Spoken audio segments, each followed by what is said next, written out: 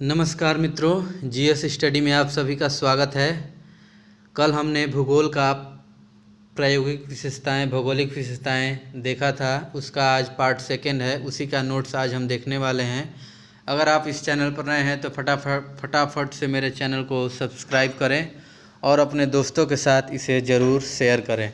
अगर आपके भी फ्रेंड किसी कॉम्पिटिटिव एग्ज़ाम की तैयारी करते हैं तो आप यह वीडियो उन्हें सेंड कर सकते हैं। यह नोट्स उनके लिए बहुत ही फ़ायदेमंद होना साबित होगा। तो चलिए बिना किसी देर के इस नोट्स को शुरू करते हैं और फटाफट से आप भी कापी कलम लेकर बैठ जाइए और इसे अपनी नोटबुक में नोट कर लीजिए। चलिए बिना किसी देर के शुरू करते हैं। झीलों का अध्ययन। आज हम झीलों के बारे में पढ़ेंगे। झीलों के अध्ययन को हम लिम्नोलॉजी कहते हैं। क्वेश्चन आपसे सीधा पूछ सकता है कि झीलों का अध्ययन को हम क्या कहते हैं, तो झीलों के अध्ययन को हम लिम्नोलॉजी कहते हैं। लैगून झील समुद्र के पानी से बनता है और इसमें NaCl पाया जाता है। चिल्का झील उड़ीसा में है। यह लैगून झील है। भारत की सबसे बड़ी झील है। Largest salt water lake in India. Chilka झील उड़ीसा में है और यह लैगून झील है। भारत की सबसे बड़ी झील है। भारत की सबसे बड़ी झील कौन है? चिल्का झील। कौन यह झील कैसी है? इसकी मतलब प्राकृतिक क्या है? इसकी प्राकृतिक लैगून है, यानी इसमें NaCl बहुत ही ज़्यादा मात्रा में पाया जाता है। पुलिकट झील आंध्र प्रदेश में है। श्रीहरिकोटा द्वीप भी यहीं स्थित है। इसके ऊपर सतीश धवन स्पेस सेंटर भी है, यहीं से सैटेलाइट छोड़ी जाती है। नेक्स्ट, सांभर झील राजस्थान में है। सर्वाधिक लवणता वाली झील है। पुष्कर झील भी राजस्थान में है और राजसमंद झील भी राजस्थान में है। नेक्स्ट, उलर झील जम्मू कश्मीर में है। भारत की सबसे सर्वाधिक मीठे पानी की झील है। झेलम नदी यहीं से होकर बहती है। डल झील जम्मू कश्मीर श्रीनगर में पड़ता है। मैंने पूरा एकदम झीलों के बारे में डायरेक्ट जो क्वेश्चन बन सकते हैं उसे आप देख सकते हैं। एकदम बहुत ही आसान भाषा में सीधे रूप से लिख दिया है। अगर इनके झीलों के बारे में अगर आपको विस्तार से पढ़ना है तो आप किसी यूट्यूब चैनल पर या किसी कोचिंग संस्था में क्लास लेकर आप इनके बारे में जानकारी पा सकते हैं। यह क्लास बस नोट्स बनाया जाता है। इस क्लास पर नोट्स लगाया जाता है बच्चों के लिए। चलिए आगे बढ़ते हैं। चोलामू झील सिक्किम में है। सर्वाधिक ऊंचाई पर स्थित झील है। लोनार झील महाराष्ट्र में है। यह झील उल्का पिंड से बना है। यहाँ पर उल्का पिंड गिर गया था जिससे गड्ढा हो गया, उसी से ये लोनार झील बनी थी। जो लोनार झील महाराष्ट्र में है। पूछ देगा कि कौन सा ऐसी झील है जिसके उल्का पिंड गिरने से उसका निर्माण हुआ था, वह झील कौन सी है? तो वह झील लोनार झील है।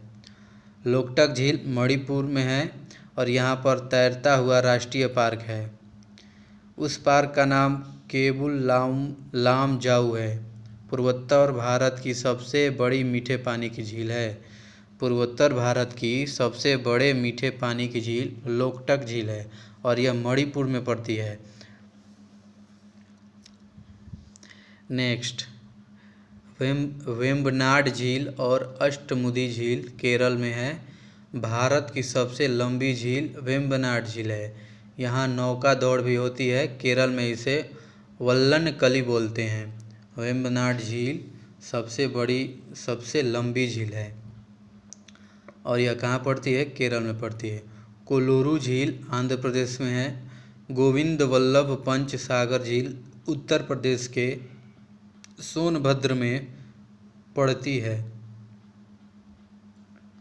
भारत की सबसे बड़ी कृत्रिम झील है।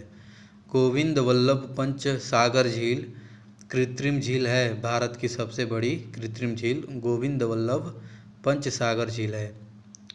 यह रिहंद बांध पर बना है और रिहंद बांध यूपी और MP की सीमा पर है। अब आगे है, नेक्स्ट टॉपिक है झरने। झरने से कुछ चुनिंदा टॉपिक हैं, कुछ महत्वपूर्ण बिंदु जिन्हें आपको आपके एग्ज़ाम में बहुत ही इससे झरनों से भी नदियों से भी क्वेश्चन पूछे जाते हैं अक्सर। तो आप अच्छा होगा इसे अच्छे से नोट्स तैयार कर लें और इसे याद करने का प्रयास करें। अब झरने के बारे में पढ़ेंगे। झरने का निर्माण पर्वतीय क्षेत्रों में होता है। देखिए यहाँ पर एक नाम झरनों के कुछ नाम दिया है, जो मैंने एक यहाँ पर बनाया है ना नाम, और यह है नदी और यह है राज्य। कौन सा झरना किस नदी के किनारे है और किस राज्य में है, उसी के बारे में लिखा गया है। कुचिकल झील वाराही नदी के किनारे है और यह कर्नाटक राज्य में पड़ता है। भारत में सबसे ऊंचा जलप्रपात कुचिकल है, कुचिकल झील। झरना या जलप्रपात, झरना को ही हम बोलते हैं। नेक्स्ट है जोग, गोरसप्पा या महात्मा गांधी झरना। यह शरावती नदी में है और यह कर्नाटक में स्थित है। शिव समुद्रम झरना, कावेरी, कर्नाटक। धुआंधार झरना, नर्मदा, मध्य प्रदेश। दूधसागर, मांडवी, गोवा। हुंडरू झरना, स्वर्णरेखा, झारखंड। गोकक झरना, घाटप्रभा, कर्नाटक। चुलिया झरना, चंबल, राजस्थान। नेक्स्ट है नदियाँ। बहुत ही शॉर्ट में मैंने इसे कोशिश किया है, इससे अक्सर ही क्वेश्चन बने हैं। पढ़ने को तो बहुत सारे झरने हैं, अगर आप पढ़ेंगे तो बहुत सारे नोट्स तैयार हो जाएंगे, लेकिन ये जो मैं नोट्स तैयार करता हूँ ये सारे प्रीवियस ईयर रहते हैं, जो किसी न किसी एग्ज़ाम में पूछे गए रहते हैं, तभी मैं इन नोट्स को लेकर आता हूँ। और ये जितने भी अपने झरने का देखा है, ये झरना पूछ चुका है आपके एग्ज़ाम में प्रीवियस ईयर, बहुत सारे एग्ज़ाम में पूछा गया है। यूपी पुलिस हो गया, एसएससी के एग्ज़ाम हो गए, उनमें से मैं ये प्रीवियस ईयर तैयार करता हूँ, तब आपके सामने लेकर आता हूँ। अब है नदियाँ। सिंधु नदी की लंबाई 2880 किलोमीटर है। इसका उद्गम बुखरचू हिमनद से होता है और यह मानसरोवर झील के पास में है। बुखरचू मानसरोवर झील तिब्बत से निकलती है, कैलाश पर्वत से निकलती है। मानसरोवर झील तिब्बत से निकलती है, कैलाश पर्वत से निकलती है, दोनों जगह से। लद्दाख स्वयं जास्कर के बीच बहती है। सिंधु नदी लेह शहर सिंधु नदी के तट पर स्थित है। सिंधु जल समझौता 1960 में हुआ और यह विश्व बैंक के द्वारा कराया गया। यह दो देशों के बीच हुआ था। सिंधु नदी समझौता यह दो देशों के बीच हुआ था, इंडिया और पाकिस्तान। इंडिया 20% सिंधु नदी का जो जल है, इंडिया उसका 20% ही प्रयोग करेगा और पाकिस्तान 80% प्रयोग करेगा। पाकिस्तान की राष्ट्रीय नदी है सिंधु। कुछ नदियां हैं, उनके नाम, उनके सहायक नदियां कौन सी है उनका हम जानेंगे। झेलम वेरीनाग झील से निकलती है और जम्मू कश्मीर में है। चेनाब बड़ा चला दर्रा हिमाचल प्रदेश। रावी रोहतांग दर्रा हिमाचल प्रदेश। मतलब ये जो हम रावी नदी है ना, इसका उद्गम स्थान देखिए यहाँ पर लिखा है उद्गम।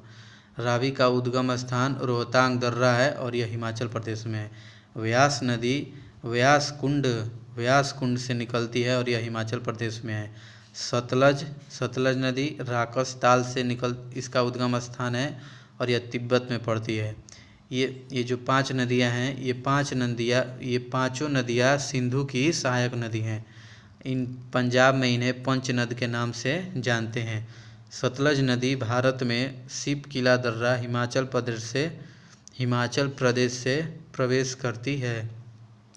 आज इतना ही रखते हैं और आगे नेक्स्ट वीडियो में हम इसका पार्ट 3 लेकर आएंगे, उसे भी आप नोट कर लीजिएगा।